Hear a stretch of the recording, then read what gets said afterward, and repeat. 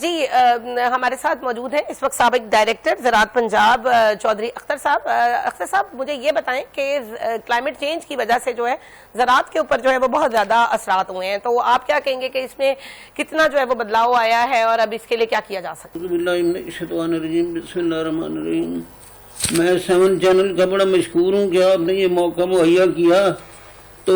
آپ نے پوچھا ہے کہ بیسیکلی کلائمیٹ چینج کیا ہے، تو اس حوالے سے میں ان سمپل ورڈز جو ہے اس کو اس طرح ایکسپلین کروں گا کہ یہ rise in the average temperature, یعنی ہمارا جو اوسط جو درجہ حرارت ہے اس میں جو ہے وہ چینج آ چکی ہے،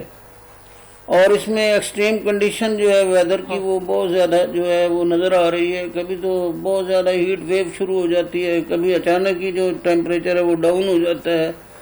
تو اس کے لامحالہ ایفیکٹس جو ہیں وہ جتنی بھی زیرو چیزیں ہیں، جو بھی جاندار چیزیں ہیں، ان پہ اس کے ایفیکٹس جو ہیں وہ نمایاں جو طور پہ نظر آتے ہیں، اور اس میں خاص طور پہ ایگریکلچر جو ہے وہ اس کو اگر ہم دیکھیں تو اس پہ اختر صاحب مجھے یہ بتائیں کہ جو اثرات جو پڑ رہے ہیں اس کے زراعت کے اوپر، خاص طور پر زراعت کے شعبے پہ، اس کے بارے میں آپ کیا کہیں گے؟ تو یہ اس میں اسی طرح ہے کہ جیسے پوری دنیا میں اس کے جو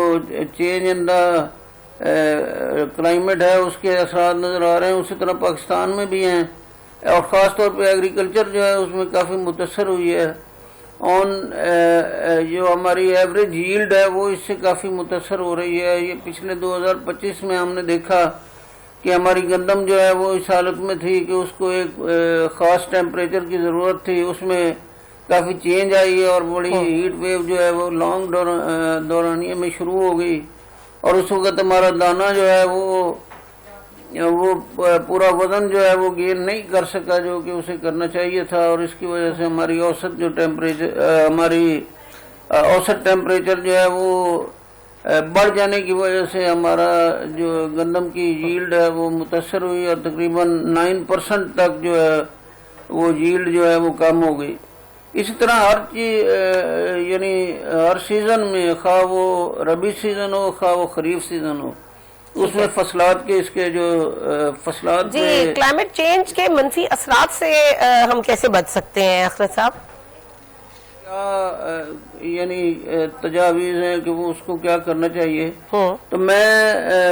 یعنی جنرلی جو باتیں ایسی جو چاندے گئے جو کہ ہمارا عام فارمر جو ہے وہ کر سکتا ہے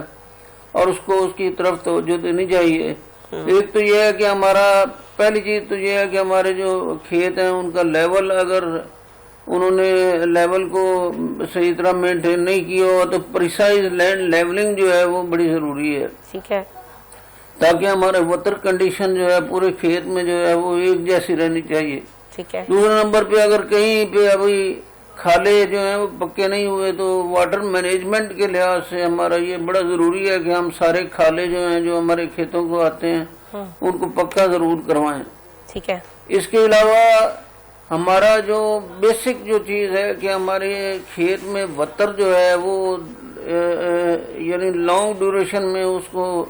کیسے مینٹین کیا جا سکتا ہے، تو اس کے لیے بہت ضروری ہے کہ ہمارے کھیتوں میں جو ہے وہ آرگینک میٹر جو ہے وہ ایک سٹینڈرڈ لیول پہ ہونا چاہیے۔ ویسے تو وہ 1 سے 2% تک جو ہے وہ اس کا لیول جو ہے وہ مینٹین رہنا چاہیے، لیکن ہمارا جو ہے وہ بہت زیادہ کم، 1 سے بہت زیادہ کم آ رہا ہے۔ تو اس کے لیے بڑا ضروری ہے کہ ہم کم از کم، ایک تو یہ ہے کہ ہماری جو فصلات ہیں ان کی جو اس کی جو یعنی کراپنگ پیٹرن ہے اس کو ذرا تھوڑا سا اس میں ایسی فصلات کو بھی شامل کرنا چاہیے جو کہ نری ایگزاسٹو کراپس نہ ہوں، بلکہ ایسی کراپس ہوں جو کہ ہماری زمین کی فرٹیلٹی سٹیٹس کو جو ہے وہ بحال کرنے میں مدد دیں۔ اس میں خاص طور پہ لیگیومینس کراپس جو ہیں ان کو بھی اپنے پیٹرن میں شامل کرنا چاہیے۔ اور اس کے علاوہ ہمیں جو گرین مینیورنگ جو ہے اس کو بھی ہمیں ساتھ ساتھ ترجیح دینی چاہیے۔ تھوڑے تھوڑے رقبے جو ہے ان میں گرین مینیورنگ جو ہے وہ بھی ہوتی رہے، تو اس کی وجہ سے بھی ہمارے جو رقبے ہیں وہ ان میں آرگینک میٹر جو ہے اس کی کمی کو خاطر خواہ